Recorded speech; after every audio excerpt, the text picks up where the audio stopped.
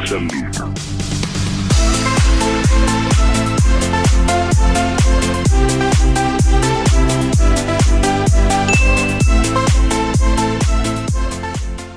Assalamualaikum warahmatullahi wabarakatuh. Shalom, Om Swastiastu, Namo Buddhaya, salam kebajikan. Halo teman-teman, perkenalkan nama saya Esther TM dengan NIM 20240104, program studi agribisnis dengan mata kuliah pendidikan Pancasila. Pada kesempatan kali ini, saya akan memaparkan materi tentang fenomena permasalahan bangsa. Yang pertama, korupsi. Menurut Kamus Besar Bahasa Indonesia, korupsi merupakan penyelewengan atau penyalahgunaan uang negara untuk keuntungan pribadi. Salah satu contohnya yaitu misalnya di dalam suatu perusahaan, seseorang memperkaya diri sendiri dengan menggunakan uang perusahaan yang semestinya uang tersebut untuk kepentingan perusahaan, bukan untuk kepentingan diri sendiri. Sebab korupsi bisa saja terjadi dari sifat koruptif karena lemahnya integritas di dalam diri, misalnya mencontek tugas orang lain, titip absen, dan tidak bertanggung jawab. Yang kedua yaitu kesenjangan sosial. Menurut Kamus Besar Bahasa Indonesia, kesenjangan berasal dari kata senjang yang berarti tidak sama atau terdapat jurang pemisah. Kesenjangan sosial adalah suatu keadaan ketidakseimbangan sosial yang ada di masyarakat, yang menjadikan suatu perbedaan. Contohnya, di kota besar banyak gedung pencakar langit berdiri di dekat kawasan yang kumuh. Kesenjangan sosial terjadi karena berbagai faktor, seperti kebijakan pemerintah yang tidak merata, perkembangan teknologi yang tidak merata, serta pengaruh globalisasi juga turut mempengaruhi kesenjangan sosial. Semua faktor ini saling berkaitan dan menyebabkan sebagian kelompok masyarakat jauh tertinggal di usia. Yang ketiga yaitu degradasi moral.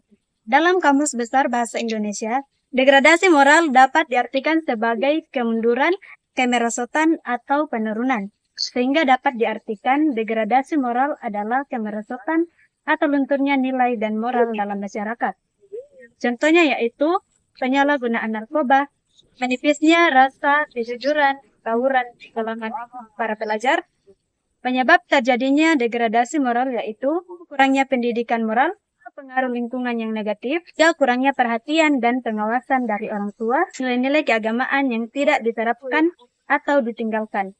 Yang keempat yaitu perilaku yang merusak lingkungan. Populasi manusia semakin bertambah dan mempengaruhi keadaan alam. Demikian juga hasil dari kegiatan produksi mengeluarkan limbah. Limbah inilah yang mengakibatkan kerusakan lingkungan hidup. Contohnya membuang sampah sembarangan, membuang limbah rumah tangga ke sungai, menebang pohon secara liar, populasi udara dari kendaraan atau pabrik. 5. Masalah penegakan hukum yang berkeadilan.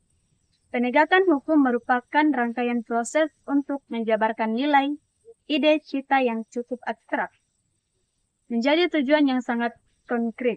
Salah satu kunci keberhasilan dalam penegakan hukum adalah mentalitas atau kepribadian penegak hukum. Untuk mencegah berbagai permasalahan bangsa seperti korupsi, degradasi moral, kesenjangan sosial, perilaku merusak lingkungan, serta masalah penegakan hukum yang tidak berkeadilan, diperlukan peranan aktif dari seluruh elemen masyarakat. Pendidikan karakter dan moral harus diperkuat sejak dini, agar generasi muda tumbuh dengan nilai kejujuran, tanggung jawab, dan empati. Pemerintah perlu menjalankan hukum secara adil tanpa terkecuali, serta menegakkan transparansi dalam pelayanan publik untuk mencegah korupsi. Selain itu, kesenjangan sosial dapat diatasi dengan pemerataan akses pendidikan, kesehatan, dan lapangan kerja. Kesadaran lingkungan juga harus ditanamkan melalui kampanye dan tindakan nyata, seperti mengurangi sampah plastik dan menjaga kelestariannya.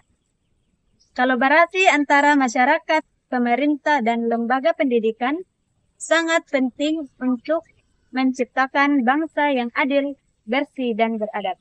Sekian pemaparan dari saya. Terima kasih atas perhatian dan waktunya.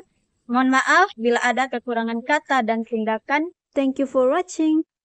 Bye-bye.